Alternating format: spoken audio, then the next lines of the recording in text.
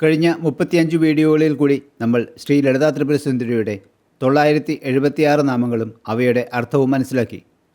ഈ വീഡിയോയിൽ ദേവിയുടെ 977 മുതൽ 1000 വരെയുള്ള നാമങ്ങളാണ് കാണുവാൻ പോകുന്നത്. ശ്ലോകങ്ങൾ 179 മുതൽ 183 വരെയാണ് ഈ വീഡിയോയിൽ. 179 ശ്ലോകം. ദശമുദ്രാ സമാരാധ്യ ത്രിപുരാ ശ്രീവശങ്കരി ജ്ഞാനമുദ്ര ജ്ഞാനഗമ്യ ജ്ഞാനജ്ഞേയസ്വരൂപിണി. ദശമുദ്രാ സമാരാധ്യ, 10 മുദ്രകളെ കൊണ്ട് ആരാധിക്കേണ്ടവളാണ് ദേവി എന്ന് പറയുന്നു. ശരീരം കൊണ്ട് ദേവിയോട് സംസാരിക്കുന്ന ഭാഷയാണ് മുദ്ര. ദക്ഷിണാമൂർത്തി ജ്ഞാനമുദ്ര കൊണ്ട് മാത്രമാണ് ശിഷ്യന്മാർക്ക് ഉപദേശം നൽകിയത് എന്ന് പറയുന്നു. ഭക്തിഭാവത്തെ കൈവിരലുകളും കൈകളും ഉപയോഗിച്ച് പ്രകാശിപ്പിക്കുന്നതാണ് മുദ്ര. ദേവതയോടുള്ള ആത്മാർപ്പണം ഇത് കൂടുതൽ ദൃഢമാക്കുന്നു. ദേവിയുടെ പൂജ വിസ്തരിച്ച് ചെയ്യുമ്പോൾ 50 മുദ്രകൾ കാണിക്കുന്നു. ത്രിപുരാ ശ്രീവശങ്കരി, ത്രിപുരാശ്രീയെ വശീകരിക്കുന്നവളാണ് ദേവി എന്ന് പറയുന്നു.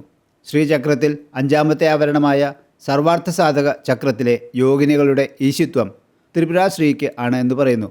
ദേവിയുടെ ആജ്ഞാനുസാരിണിയായി ദേവിയുടെ കൽപ്പനയാൽ ഉപാസകനും ഈ ചക്രേശ്വരി വശമാകുന്നു എന്ന് പറയുന്നു. ജ്ഞാനമുദ്ര, ദേവി ജ്ഞാനമുദ്രാരൂപിണിയാണ് എന്ന് ഇവിടെ പറയുന്നു. ചിന്മുദ്രയാണിത്. വലത്ത് കൈയുടെ തള്ളവിരലിൻ്റെ അറ്റവും സമീപത്തുള്ള ചൂണ്ടുവിരലിൻ്റെ അറ്റവും ചേർത്ത് ഒരു വൃത്തരൂപത്തിൽ പിടിച്ച് മറ്റ് 3 വിരലുകളെ ഈ വൃത്തത്തിൽ നിന്ന് വിട്ടുനിർത്തുന്നതാണ് ചിന്മുദ്ര. ജീവാത്മാ പരമാത്മാ ഐക്യം ബോധ്യപ്പെടുത്തുന്നതും, അതായത് തള്ളവിരലും ചൂണ്ടുവിരലും, മനസ്സ്, ബുദ്ധി, അഹങ്കാരം, അതായത് മറ്റ് 3 വിരലുകൾ എന്നിവയിൽ നിന്ന് വിമുക്തമായി എന്ന് കാണിക്കുകയും ചെയ്യുന്നു ചിന്മുദ്ര. ദക്ഷിണാമൂർത്തി രൂപത്തിൽ ശ്രീ പരമേശ്വരൻ ഈ മുദ്ര ഉപയോഗിച്ചാണ് സനകാദികൾക്ക് ജ്ഞാനോപദേശം നൽകിയത്. ഈ മുദ്രയുടെ രൂപമെടുത്ത് ജ്ഞാനത്താൽ ദേവി ഭക്തർക്ക്, അതായത് ഉപാസകർക്ക് ആനന്ദം നൽകുന്നു. ജ്ഞാനഗമ്യ, ജ്ഞാനം കൊണ്ട് ഗമിക്കുവാൻ, പ്രാപിക്കുവാൻ കഴിയുന്നവളാണ് ദേവിയെന്ന് ഇവിടെ പറയുന്നു. ദേവിയെ പ്രാപിക്കുവാൻ ജ്ഞാനമാർഗമാണ് ഉത്തമമെന്ന് കാണുന്നു. ദേശം, കാലം, വസ്തു എന്നിവയാൽ പരിമിതമായതിനെ മറ്റു മാർഗങ്ങളാൽ അറിയാം. എന്നാൽ ദേശകാലാപരിച്ഛിന്നയായ ഗുണാതീതയായ ദേവിയെ ജ്ഞാനമാർഗത്താൽ മാത്രമേ അറിയുവാൻ കഴിയുകയുള്ളൂ എന്ന് പറയുന്നു. ജ്ഞാനജ്ഞേയ സ്വരൂപിണി, ദൃക്കും ദൃശ്യവും ആയുള്ളവൾ, ജ്ഞാനവും ജ്ഞേയവും സ്വരൂപമായവൾ എന്നൊക്കെ ദേവിയെ ഇവിടെ വിശേഷിപ്പിക്കുന്നു. ജ്ഞാനമെന്നാൽ ദൃക്ക്, ജ്ഞേയമെന്നാൽ ദൃശ്യം. 180 ശ്ലോകം. യോനിമുദ്ര ത്രിഖണ്ഡേശി ത്രിഗുണാംബ ത്രികോണക അനഘാത്ഭുത ചാരിത്ര വാഞ്ചിതാർത്ഥപ്രദായിനി. യോനിമുദ്ര, ദേവീപൂജയിൽ 9ാമത്തെ മുദ്രയാണിത്. ശ്രീചക്രത്തിൻ്റെ മുദ്രാദേവത യോനിമുദ്രയാണ്. ഈ മുദ്രയുടെ രൂപത്തിൽ സ്ഥിതി ചെയ്യുന്നവളാണ് ദേവിയെന്ന് വിശേഷിപ്പിക്കുന്നു. ത്രിഖണ്ഡേശി, 10ാമത്തെ മുദ്രയാണ് ത്രിഖണ്ഡ. ഈ മുദ്രയുടെ ഈശ്വരിയാണ് ദേവിയെന്ന് പറയുന്നു. പഞ്ചദശാക്ഷരി മന്ത്രത്തിൻ്റെ 3 കൂടങ്ങളുമായവളെന്നും വിശേഷിപ്പിക്കുന്നു. ഷഡ്ചക്രങ്ങളെ ചന്ദ്രഖണ്ഡം, സൂര്യഖണ്ഡം, അഗ്നിഖണ്ഡം എന്ന് 3ആയി വിഭജിക്കുന്നു. അതിൻ്റെ ഈശ്വരിയാണ് ദേവിയെന്ന് പറയുന്നു. ത്രിഗുണാംബ, ഇത് 2ആയി മനസ്സിലാക്കേണ്ടതാണ്. ത്രിഗുണ എന്നും അംബ എന്നും. ത്രിഗുണ, 3 ഗുണങ്ങളോട് കൂടിയവളാണ് ദേവി എന്ന് പറയുന്നു. സാഖ്യമതപ്രകാരം ദേവി പ്രകൃതിയാണ്. സത്വഗുണം, രജോ ഗുണം, തമോ ഗുണം എന്നിവയുടെ അടിസ്ഥാനം പ്രകൃതിയാണ്. അംബ, അമ്മ എന്നാണല്ലോ അംബ എന്ന പദത്തിൻ്റെ അർത്ഥം. എല്ലാ ലോകങ്ങളുടെയും അമ്മ ദേവി തന്നെയാണെന്ന് നാം കണ്ടിട്ടുള്ളതാണല്ലോ. ത്രികോണഗ, ത്രികോണചക്രത്തിൽ ഗമിച്ചവളെന്ന് ദേവിയെ ഈ നാമം കൊണ്ട് വിശേഷിപ്പിക്കുന്നു. ശ്രീചക്രത്തിലെ ത്രികോണങ്ങളുടെ എല്ലാം നടുവിൽ യോനിചക്രമായി സ്ഥിതി ചെയ്യുകയാണ് ദേവി. ഈ യോനിചക്രത്തിൽ ആവാഹിക്കുമ്പോൾ പ്രീതിയോടെ ദേവി ആഗമിക്കുന്നു എന്ന് പറയുന്നു. അനഘ അത്ഭുത ചാരിത്ര, 2 നാമങ്ങളാണിവിടെ, അനഘ എന്നും അത്ഭുത ചാരിത്ര എന്നും. അനഘ, അഘം എന്നാൽ പാപം, ദുഃഖം എന്നൊക്കെ പറയാം. കർമ്മങ്ങളൊന്നും ദേവിയെ സ്പർശിക്കുന്നില്ല എന്നും അതുകൊണ്ട് തന്നെ ദേവിക്ക് പാപം, ദുഃഖം എന്നിവ ഒട്ടും തന്നെ ഇല്ല എന്നും അർത്ഥമാക്കുന്നതാണ് ഈ നാമം. അത്ഭുത ചാരിത്ര, ദേവിയെ അത്ഭുതമുളവാക്കുന്ന ചരിത്രത്തോടു കൂടിയവളെന്നാണ് ഇവിടെ വിശേഷിപ്പിക്കുന്നത്. വിശിഷ്ടമായ പതിവ്രത എന്നും പറയുന്നു. വാഞ്ചിതാർത്ഥപ്രദായിനി, ഇച്ഛിക്കുന്ന ആഗ്രഹങ്ങളെയെല്ലാം നൽകുന്നവളാണ് ദേവിയെന്ന് വിശേഷിപ്പിക്കുന്നു. ദേവി സർവാഭീഷ്ടദാത്രിയാണ്. 181 ശ്ലോകം.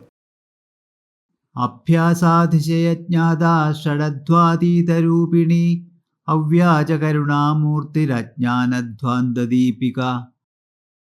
അഭ്യാസാതിശയജ്ഞാത, ദേവി അഭ്യാസാതിശയം കൊണ്ട് അറിയപ്പെടുന്നവളാണെന്ന് പറയുന്നു. ഒരേ കാര്യം തന്നെ വീണ്ടും വീണ്ടും ചെയ്ത് അതിനെ സ്വായത്തമാക്കലാണ് അഭ്യാസം. ദേവി അങ്ങനെയാണെന്ന് പറയുന്നു.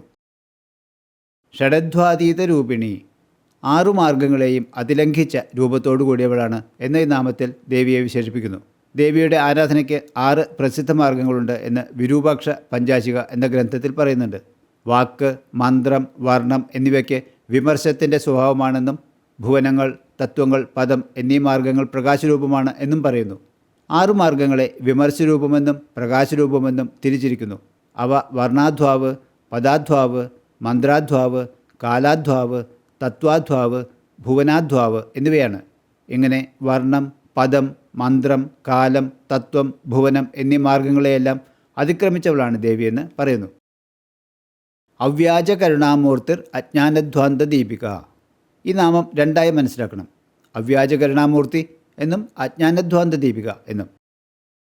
അവ്യാജ കരുണാമൂർത്തി, നിഷ്കപടമായ കരുണയുടെ മൂർത്തീകരണമാണ് ദേവിയെന്ന് ഈ നാമത്തിൽ ദേവിയെ വിശേഷിപ്പിക്കുന്നു. യാതൊരു പ്രതിഫലവും ഇച്ഛിക്കാതെ ഒരു കാപട്യവുമില്ലാത്തതാണ് ജഗദംബയായ ശ്രീ ലളിതാ ത്രിപുരസുന്ദരിയുടെ സ്നേഹം. അജ്ഞാനധ്വാന്ത ദീപിക. ധ്വാന്തമെന്നാൽ ഇരുട്ട്. അജ്ഞാനമാകുന്ന ഇരുട്ടിന് വെളിച്ചം നൽകുന്ന ദീപമാണ് ദേവിയെന്ന് ഇവിടെ വിശേഷിപ്പിക്കുന്നു. എല്ലാം ദേവി തന്നെയാണ് എന്ന സത്യം നാം അജ്ഞാനത്താൽ അറിയുന്നില്ല. എന്നാൽ ദേവി തന്നെ മെല്ലെ മെല്ലെ നമ്മുടെ അജ്ഞാനത്തെ ഇല്ലാതാക്കുന്നു. 182 ശ്ലോകം. ആബാലഗോപവിദിത സർവാനുല്ലംഘ്യ ശാസന ശ്രീചക്രരാജനിലയ ശ്രീമത് ത്രിപുരസുന്ദരി. ആബാലഗോപവിദിത, ബാലന്മാരും ഗോപന്മാരും കൂടി അറിയുന്നവൾ, സദാശിവൻ, വിഷ്ണു എന്നിവർ തുടങ്ങി എല്ലാവരും അറിയുന്നവൾ എന്നൊക്കെ ദേവിയെ ഈ നാമം കൊണ്ട് വിശേഷിപ്പിക്കുന്നു. കുട്ടികൾ, ഇടയന്മാർ തുടങ്ങിയവർക്ക് ഉയർന്ന അധ്യാത്മജ്ഞാനം ഉണ്ടാകില്ല. അക്ഷരജ്ഞാനം പോലും ഇല്ലാത്തവർക്കു കൂടി ദേവിയുടെ മാഹാത്മ്യം അറിയാനാകുമെന്ന് പറയുന്നു. ബാല എന്നതിന് ബ്രഹ്മാവെന്നും ഗോപ എന്നതിന് സംരക്ഷകനെന്നും അർത്ഥമെടുത്താൽ സദാശിവൻ എന്ന് വരുമത്രേ. ബാലഗോപ എന്നാൽ വിഷ്ണു എന്നും അർത്ഥം പറയാം. അതായത് സദാശിവൻ, വിഷ്ണു തുടങ്ങി ബാലന്മാർ വരെ ദേവിയുടെ കീർത്തി മനസ്സിലാക്കിയിട്ടുണ്ട് എന്നും പറയാം. സർവാനുല്ലംഘ്യ ശാസന, ആരാലും ലംഘിക്കുവാൻ കഴിയാത്ത ശാസനകളോട് കൂടിയവളാണ് ദേവി എന്ന് പറയുന്നു. ബ്രഹ്മാവ്, വിഷ്ണു, ശിവൻ എന്നിവർ പോലും ദേവിയുടെ ആജ്ഞകളെ അണുവിട തെറ്റാതെ ഉടൻ നിറവേറ്റുന്നു. ശ്രീചക്രരാജനിലയ, ശ്രീചക്രത്തിൻ്റെ ബിന്ദു തൻ്റെ വാസസ്ഥലമാക്കിയവളാണ് ദേവിയെന്ന് വിശേഷിപ്പിക്കുന്നു. ശ്രീമത് ത്രിപുരസുന്ദരി, ശ്രീമതിയായി ത്രിപുരൻ്റെ പത്നിയായി സ്ഥിതി ചെയ്യുന്നവളാണ് ദേവിയെന്ന് ഈ നാമത്തിന് അർത്ഥം വരുന്നു. എന്തെല്ലാം 3 വസ്തുക്കളുണ്ടോ അവയെ എല്ലാം കുറിക്കുവാൻ ത്രിപുരം എന്ന ശബ്ദം ഉതകുന്നു. അവയെല്ലാം ദേവിയുടെ പുരങ്ങളാണ്. അതുകൊണ്ട് ദേവി ത്രിപുരസുന്ദരിയാണ് എന്ന് പറയാം. 183 ശ്ലോകം. ശ്രീ ശിവ ശിവശക്തിഐക്യരൂപിണി ലളിതാംബിക. ശ്രീ ശിവ, ശ്രീമതിയായിരിക്കുന്ന ശിവ ആണ് ദേവിയെന്ന് വിശേഷിപ്പിക്കുന്നു. ശിവശക്തി ഐക്യരൂപിണി, ശിവൻ്റെയും ശക്തിയുടെയും ഏകീഭാവരൂപം ഉള്ളവളാണ് ദേവിയെന്ന് ഒരിക്കൽ കൂടി വിശേഷിപ്പിക്കുന്നു ഈ നാമം. ലളിതാംബിക, ലളിതയായും അംബികയായും ഇരിക്കുന്നവളാണ് ദേവിയെന്ന് പറയുന്നു. പ്രയാഗയിലെ അധിഷ്ഠാന ദേവത ലളിതാദേവിയാണ് എന്ന് പറയുന്നു. ലളിതാ സഹസ്രനാമങ്ങൾ ശ്രീമാത എന്ന നാമത്തിൽ തുടങ്ങി ലളിതാംബിക എന്ന നാമത്തിൽ അവസാനിക്കുകയും ചെയ്യുന്നു. 10ാം ശതകം കഴിഞ്ഞു. ഏവം ശ്രീലളിതാദേവ്യാ നാംനാം സാഹസ്രകം ജഗു. ഇപ്രകാരം ശ്രീ ലളിതാദേവിയുടെ 1000 നാമങ്ങൾ വശിന്യാദി ദേവികൾ ദേവിയുടെ ആജ്ഞപ്രകാരം നിർമ്മിച്ച് പാടിയെന്ന് പറയുന്നു. ഇതി ശ്രീ ലളിതാ സഹസ്രനാമസ്തോത്രം സമ്പൂർണം. ശ്രീ മഹാദേവ്യൈ നമഃ. ലളിതാ സഹസ്രനാമം ചെല്ലുമ്പോൾ ഓങ്കാരത്തിൽ തുടങ്ങി ഓങ്കാരത്തിൽ അവസാനിപ്പിക്കുകയും വേണം. ലളിതാ സഹസ്രനാമത്തിലെ 1000 നാമങ്ങളും അവയുടെ അർത്ഥവും വിശേഷണവും എല്ലാം നമ്മൾ കണ്ടു കഴിഞ്ഞു. ദേവിയുടെ അനുഗ്രഹത്തോടെ ഒരു മുടക്കവും കൂടാതെ എല്ലാം വേണ്ടതുപോലെ പറയുവാനും നിങ്ങൾക്ക് മനസ്സിലാക്കി തരുവാനും സാധിച്ചു എന്ന് കരുതുന്നു. നമുക്ക് ഇന്നത്തെ ശ്ലോകങ്ങൾ ചൊല്ലാം. ദശമുദ്രാ സമാരാധ്യ ത്രിപുരാ ശ്രീവശങ്കരി. ജ്ഞാനമുദ്ര ജ്ഞാനഗമ്യ ജ്ഞാനജ്ഞേയസ്വരൂപിണി. യോനിമുദ്ര ത്രിഖണ്ഡേശി ത്രിഗുണാംബ ത്രികോണക. അനഘാത്ഭുതചാരിത്ര വാഞ്ചിതാർത്ഥപ്രദായിനി. അഭ്യാസാതിശയജ്ഞാത ഷഡധ്വാതീതരൂപിണി. അവ്യാജകരുണാമൂർത്തിരജ്ഞാനധ്വാന്തദീപിക. ആബാലഗോപവിദിത സർവാനുല്ലംഘ്യ ശാസന ശ്രീചക്രരാജനിലയാ ശ്രീമത് ത്രിപുരസുന്ദരി ശ്രീ ശിവ ശിവശക്തിൈക്യരൂപിണി ലളിതാംബിക ഏവം ശ്രീലളിതാദേവ്യാ നാംനാം സാഹസ്രകം ജഗുഃ. പൂർവഭാഗത്തിൽ പറഞ്ഞതുപോലെ ഫലശ്രുതി കൂടി ചൊല്ലിക്കഴിഞ്ഞാലേ സഹസ്രനാമ പാരായണം മുഴുവനാകൂ എന്നതിനാൽ ഫലശ്രുതി കൂടി നമുക്ക് നോക്കാം. അനേകം ഫലങ്ങൾ പറഞ്ഞിട്ടുള്ളതിൽ കുറച്ചെണ്ണം നമുക്ക് നോക്കാം. ഹയഗ്രീവൻ പറഞ്ഞത് പ്രകാരം രഹസ്യങ്ങളിൽ വച്ച് ഏറ്റവും രഹസ്യമായതും ലളിതാദേവിക്ക് പ്രീതി നൽകുന്നതുമാണ് ലളിതാ സഹസ്രനാമം.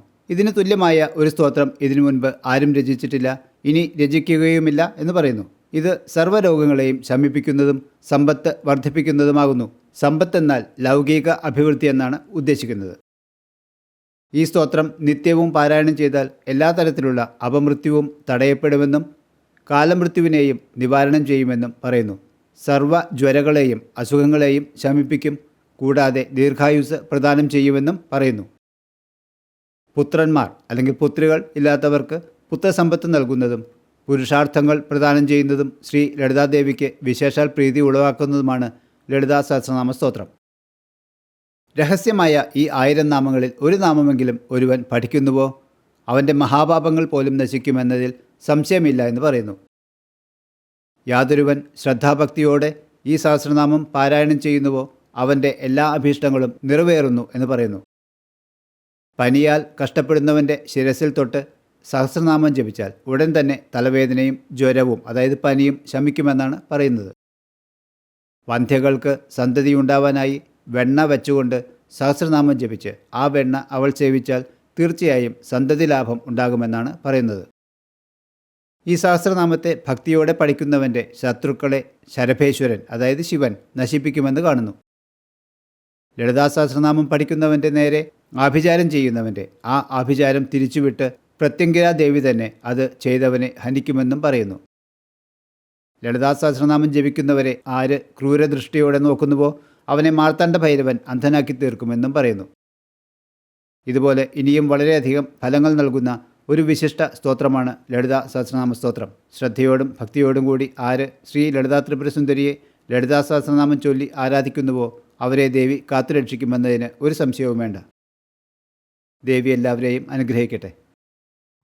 ശ്രീ മഹാദേവ്യൈ നമഃ.